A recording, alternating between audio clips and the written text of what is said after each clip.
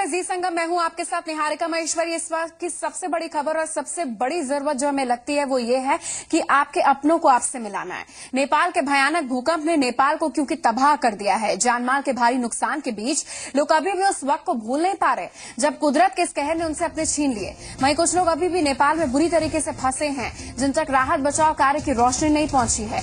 भारत के कई लोगों को नेपाल में रहने वाले अपनों की तलाश और इन्हीं लोगों को परिजनों से मिलाने की कोशिश हमारा चैनल कर रहा है। अगर आपको किसी अपने की खबर नहीं मिल पा रही तो आप उठाइए फोन, हमारे साथ तस्वीर साझा कीजिए।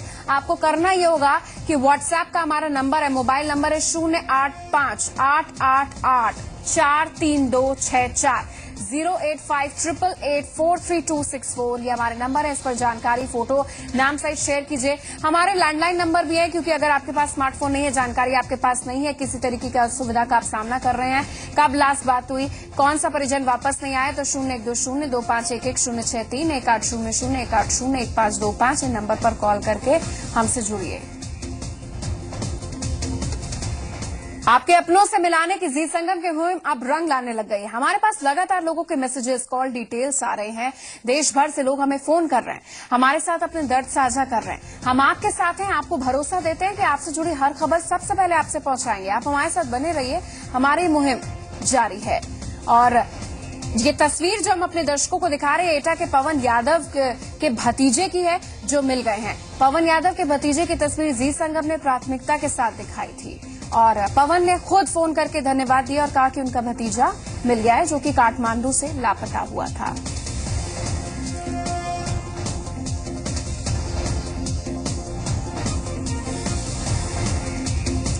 नेपाल में आए भूकंप में अभी भी कई लोग फंसे हैं। आगरा के कई परिवार के करीब 43 लोग नेपाल में फंसे हैं। बताया जा रहा है कि सभी लोग 2 महीने पहले काम करने के लिए नेपाल गए। इनकी सलामती के लिए परिवार दुआएं कर रहे हैं। नेपाल गए लोगों के परिजनों को खबर मिली है कि जिस फैक्ट्री में ये लोग काम कर रहे थे वो भूकंप से धराशायी हो गई। अब इसके बाद इन परिवारों की परेशानियां बढ़ गई हैं। सब सहमे हुए हैं, अपनों की सलामती की दुआ भगवान से कर रहे हैं। वहीं अपनों को घर वापस लाने के लिए पीड़ित परिवार डीएम से मिले। डीएम से मुलाकात कर इन परिवारों ने प्रधानमंत्री मोदी के नाम एक ज्ञापन सौंपा है।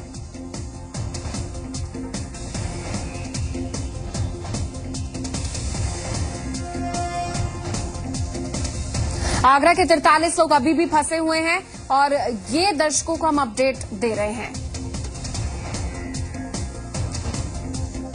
तो विदेश मंत्रालय ने नेपाल में भूकंप से प्रभावित लोगों की मदद के लिए 24 घंटे हेल्पलाइन नंबर जारी किए। 1708 ये नेशनल डिजास्टर हेल्पलाइन नंबर है। इन नंबर्स पर आप कॉल कीजिए, संपर्क स्थापित कीजिए, पीड़ित जानकारी उससे जुड़ी आप हासिल करिए। भारत सरकार ने ये राष्ट्रीय आपदा हेल्पलाइन की शुरुआत कर दिया। 1708 1078 गौर कीजिए और इस पर कॉल कीजिए।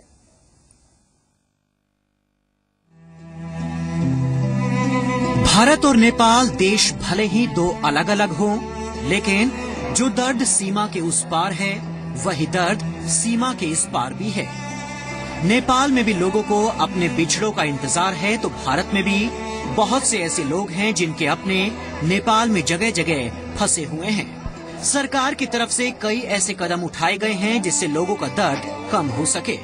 फिर बात चाहे भारत के लोगों को नेपाल से निकालने की हो या फिर अपनों से संपर्क कराने की, तमाम हेल्पलाइन नंबर्स जारी किए गए हैं जिस पर आप संपर्क कर जानकारियां ले सकते हैं और अपनों की जानकारी राहत टीम तक पहुंचा भी सकते हैं।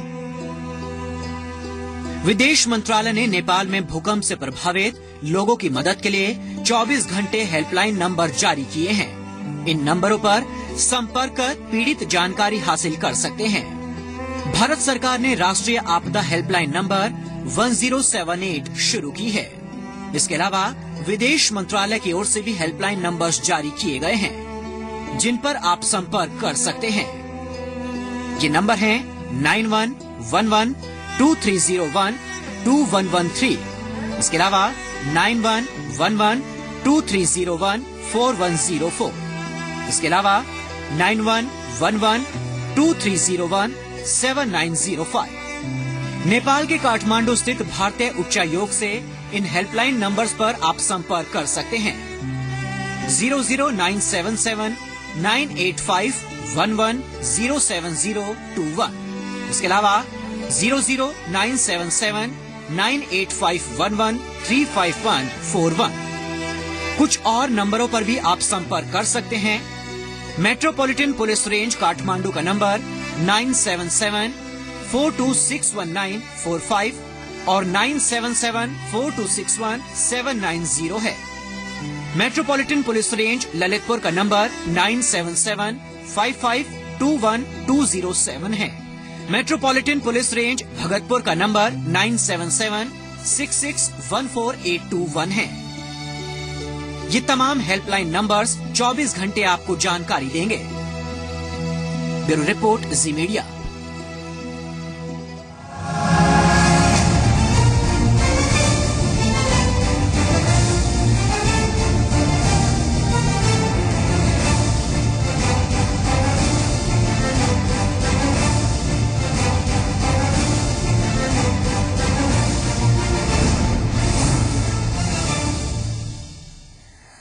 जो इस दर्द से गुजरा वो दो बातें जरूर कहेगा कि हे भगवान, किसी के साथ ऐसा ना हो जैसा मेरे साथ हुआ था। और एक बात, एक कहावत उसे याद आएगी कि दुनिया में कितना गम है और मेरा गम कितना कम है। जिन्होंने तबाही देखी अब उनकी जुबानी बताते हैं। कानपुर के अमित पांडे और उसके दोस्त अर्पित ने नेपाल में तबाही को अपनी आंखों से देखा। दोनों दोस्त 18 अप्रैल को छुट्टियां मनाने आ गए थे। इन दोनों ने जी संगम से दिल दहला देने वाली वो यादें, वो कड़वी यादें, वो दुखद यादें साझा की। नेपाल में भूकंप से आई तबाही के बाद न जाने कितने बदनसीब ऐसे हैं जो आज इस दुनिया से रुखसत हो गए हैं, लेकिन कई खुशनसीब भी हैं जिन्होंने इस तबाही को अपनी आंखों से तो देखा, मौत को एहसास भी किया, लेकिन आखिरकार बचने में कामयाब रहे और आज अपने घर वापस लौट चुके हैं। ऐसे ही कानपुर के दो दोस्त अमित और अर्पित भी गए थे नेपाल को देखने के लिए, घूमने के लिए, लेकिन उन्होंने इस आपदा को बिल्कुल अपनी आंखों से महसूस किया। अर्पित, सबसे पहले जो मंजर था, किस वक्त जो है आप ये पूरा हुआ आया, उस समय आप लोग कहां पर थे और क्या कुछ देखा? जब ये मंजर वहां पे ऐसा था, जब हम लोग, एक मार्केट है जो बहुत ही तंग मार्केट थी जिसका नाम है असन मार्केट, हम लोग उस वक्त असन मार्केट में घर के लिए शॉपिंग कर रहे थे। उसी दिन हम लोगों की वापसी थी यहाँ की, कानपुर की, हम लोगों को फ्लाइट लेनी थी। तो असन मार्केट में जब हम लोग दुकान में खड़े थे उस टाइम हल्के हल्के झटके आने शुरू हुए। हम लोगों ने दो लोगों को वहां पे बैठे हुए देखा स्कूटर में, और वो लोग बहुत ही रिलैक्स कर रहे थे। अचानक ही उन दो लोगों के ऊपर हम लोगों ने बिल्डिंग गिरते हुए देखी और अचानक ही जमीन इतनी कस के हिलने लगी कि हम लोगों ने डिसाइड किया कि हम लोग कहीं छुपे, और इतनी कस के गिर रही थी कि हम लोग अपना बैलेंस ही नहीं बना पाए, वहीं पे गिर गए और हम लोगों के अगल बगल पत्थर गिरना शुरू हो गए और हम लोग जाके एक शॉप में छुपे जाके। तब इतनी ज्यादा धूल और मिट्टी थी, जब हम लोगों ने धूल मिट्टी हटते हुए देखा तब हम लोगों का मलबे में दबे हुए हमने लोगों को देखा वहां पे, और हम लोग एक दूसरे को आवाज दे रहे थे क्योंकि एक दूसरे को मलबे में देख नहीं पा रहे थे, इतनी धूल मिट्टी थी। मैं अमित चिल्ला रहा था, ये अर्पित चिल्ला रहा था।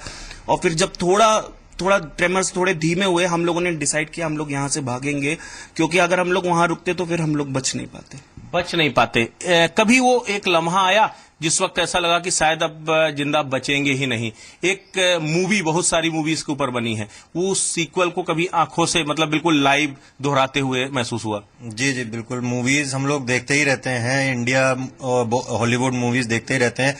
एक ऐसा पल आया जब बिल्डिंग्स आपस में गिरने लगी, शीशे गिरने लग गए, शहतीरें गिरने लगी, ईंटें गिरने लग गए, तो हम लोग को लगा कि ये तो हम लोग मूवीज में देखा करते हैं, ये रियल में हो रहा है हम लोग के साथ, इसको कैसे बचा जाए। अमित का परिवार है जो आज बेहद खुश है, क्योंकि आज अमित और अर्पित दोनों सकुशल वापस आ गए हैं और ये ऊपर वाले से दुआ कर रहे हैं कि किसी के साथ कम से कम इस तरह का हादसा दोबारा कभी ना हो, क्योंकि अपने परिवार से बिछड़ने का, अपने परिवार से हमेशा के लिए दूर हो जाने का गम क्या होता है, इन लोगों ने महज 10 से 12 घंटे में उस चीज को महसूस कर लिया। और जिस तरीके से नेपाल में त्रासदी हुई है, जिस तरीके से नेपाल में तबाही हुई है, उसको बचाने के लिए इंडियन एयरफोर्स, इंडियन आर्मी और खासकर भारतीय सरकार के भी ये बेहद ही शुक्रगुजार हैं कि कम से कम उन्होंने रैपिड एक्शन लेते हुए बहुत सारे लोगों को रेस्क्यू किया, अन्यथा वहां बर्बादी और तबाही का आलम और ज्यादा होता। कानपुर से कैमरामैन मनीष श्रीवास्तव के साथ ब्रजेश श्रीवास्तव, जी मीडिया। तो कड़वी यादें हैं, जो नजारे देखने गए वो मंजर देखकर वापस लौटे और वो खुशनसीब निश्चित तौर पर हैं। अब ये यादें हॉन्ट करेंगी, ये बुरी तरीके से सताएंगी जिसने ये त्रासदी देखी हो। नेपाल में आए भूकंप में हजारों लोगों ने अपनी जान गंवा दी है, लेकिन कुछ ऐसे खुशनसीब भी हैं जो मौत को मात देकर सकुशल वापस लौटे हैं। हम कानपुर के कोटवानी परिवार के पास आपको लेकर चलते हैं। राजेश कोटवानी अपने दादाजी धर्मराज कोटवानी के साथ काठमांडू में एक शादी समारोह में गए थे। 25 अप्रैल को जब पशुपतिनाथ मंदिर में गए तो भूकंप आ गया, अफरा तफरी मच गई। जैसे तैसे दादाजी को उन्होंने सुरक्षित पहुंचाया और किसी तरह एयरपोर्ट पहुंचे। ये परिवार घर लौट आया, जिससे घर में खुशी का माहौल है। भयंकर भूकंप आया है, आता है यहाँ पे। ये उन्होंने मोबाइल वीडियो उस समय बना लिया था, उसकी ये तस्वीर है और आप देखिए आंखों देखा हाल क्या है।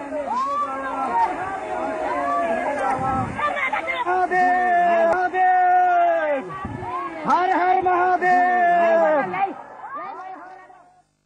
हम लोग उस टाइम पे पशुपतिनाथ मंदिर जी दर्शन करने गए थे। मंदिर के दर्शन करके बाहर निकल ही रहे थे कि ये हादसा हुआ। हम लोगों ने देखा अचानक से ईंटें सरक रहे हैं, बिल्डिंगें थोड़ा थोड़ा हिल रही हैं, बट कुछ 2 या 3 सेकंड के बाद बिल्डिंगें पूरा नीचे आना चालू हो गई। सब तरफ धुआं धुआं होने लग गया। हम लोग सब घबरा गए, समझ में नहीं आ रहा था कि क्या करें। वो बहुत ही डरावना और खौफनाक मंजर था। आई मीन आई प्रे कि कोई भी इसके थ्रू ऐसी चीज कभी लाइफ में देखे नहीं। तो कोई ऐसे दुखद स्थिति से होकर ना गुजरे और किसी के साथ ऐसा हो ना जो मेरे साथ हुआ है। हर कोई जो सकुशल वापस लौटा है सेना की मदद से, राहत बचाव कार्य की तरफ से, सरकार के कोऑर्डिनेशन की वजह से, वो यही सारी बातें सोच रहा है। खास बात यह कि केदारनाथ मंदिर जब आपदा आई थी उसे भी कुछ क्षति नहीं पहुंची थी और कुछ कमोबेश वही हालात पशुपतिनाथ मंदिर का भी रहा। ये कौतूहल का विषय है। वहीं दूसरी तरफ वाराणसी में एयर इंडिया का विशेष विमान आज 86 लोगों को काठमांडू से बाबतपुर एयरपोर्ट पहुंचा चुका है। इसमें भारतीयों के साथ साथ कई विदेशी भी हैं। इन सैलानियों के चेहरे पर तबाही का मंजर साफ हम देख सकते हैं। भारत सरकार के अभियान की इन्होंने तारीफ की और एक अच्छी छवि लेकर गए कि दुखद स्थिति में और टफ स्थिति में किस तरीके से हम टफेस्ट बन जाते हैं उससे निपटने के लिए। तो वहाँ जो अर्थक्वेक आया भयंकर भयभीत और आतंकित हो रखे वहाँ पे। एक्चुअली कल रात में क्या था कि घटना क्या था कि जैसे 8 से ऊपर का 8 से 9 रेक्टर स्केल का जो है कि अफवाह था, तो उससे हम लोग भी काफी भयभीत थे। रात भर नहीं सोए, घर के बाहर ही बिताए थे, घर के बाहर में ग्राउंड में बिताए थे। तो 2 रात तक हम लोग वहीं पे बिताए और बार बार भूकंप आ रहे हैं। वैसे स्केल काफी और लॉस बहुत ज्यादा है। काठमांडू में अधिकांश जितने भी पुराने घर थे जो कि बिना स्टील फ्रेम के बने हुए थे सब गिर गए। टोटल मोरलेस बहुत घर गिरे हुए हैं। No, because when we come in and when the break was, we was in the airport. Yeah, and for us it was normal. It was breaking what was, but when we come out and see what in the town happened, it was horrible. I think very, very poor people now there. Not really. In the airport, the big one, the airport is pretty safe. It's a very big and strong building. So it was shaking, and we didn't realize that it was so bad outside. And inside the airport, it was quite okay, I have to say. Inside is quite okay? Yeah. Outside? Outside, you have older buildings. You don't have steel inside. They collapse totally. So that's totally different story. In the airport, it was much better, of course. वहीं त्रासदी के 4 दिन बाद नेपाल में जिंदगी की जंग जारी है। भूकंप से उबरने की कोशिश में जुटे लोग हैं।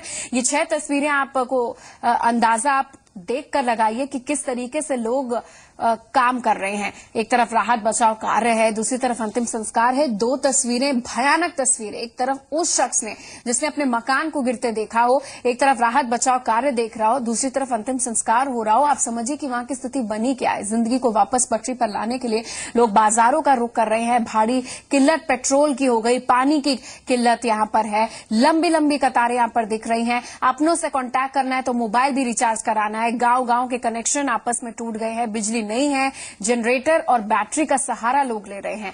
भूख मिटाने के प्रयास तेज है और सरकार का अभियान भी जारी है। 6 तस्वीरें नेपाल की त्रासदी की या तबाही के बाद की हम कह सकते हैं।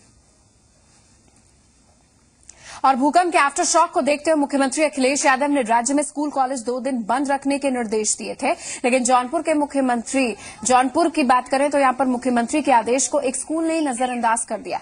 सुबह तेज आंधी के दौरान स्कूल की दीवार गिर गई, जिसकी चपेट में आने से 2 दर्जन से ज्यादा बच्चे इसीलिए घायल हो गए। सभी घायल बच्चों को अस्पताल में भर्ती कराया गया है। ये सरपथा थाना इलाके के पट्टी नरेंद्रपुर बाजार में बने ऊषा शिक्षण संस्थान की तस्वीरें हैं। डीएम ने स्ट्रिक्ट एक्शन की बात की है, सख्त कार्रवाई की बात की है। में करकट एक दीवार थी राजेंद्र मोदनवाल की जी, उनकी गिर गई। वो करकट लगा विद्यालय था, उसी पे लड़के नीचे बैठे थे, वो घायल हो गए। सर कितने घायल होंगे बच्चे? 6 हैं, 6 संख्या मालूम है। सर बताया जा रहा है मुख्यमंत्री के आदेश से बिना आदेश से विद्यालय खोला गया था, उस पर क्या कार्रवाई? इसके लिए कार्रवाई जो है तहसीलदार साहब करेंगे, एसओ साहब करेंगे भाई।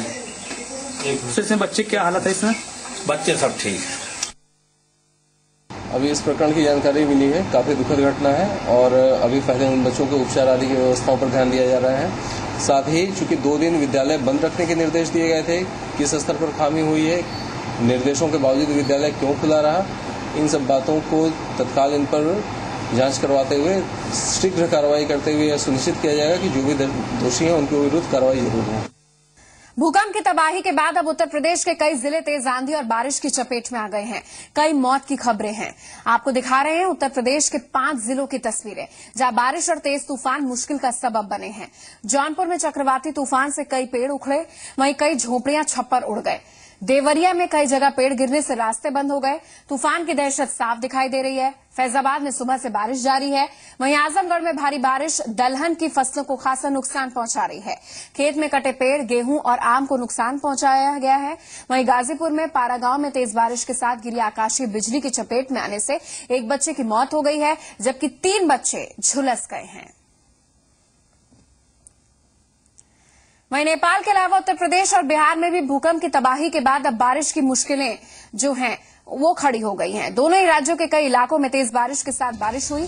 इस आंधी तूफान में उत्तर प्रदेश के बदायूं के 4, गाजीपुर के 1, मऊ के 1, हापुड़ के 1, कासगंज के 2, लखनऊ के 2, गोंडा के 1 और गाजीपुर के 1 व्यक्ति की जान जा चुकी है। लखनऊ के थानापारा इलाके के नथपुरवा इलाके में झोपड़ी पर आकाशीय बिजली गिरने से मां बेटे की मृत्यु हो गई, जबकि एक व्यक्ति घायल हो गया। घायल शख्स को जिला अस्पताल में भर्ती कराया गया है। बिजली गिरने से आसपास के इलाके में भी दहशत है।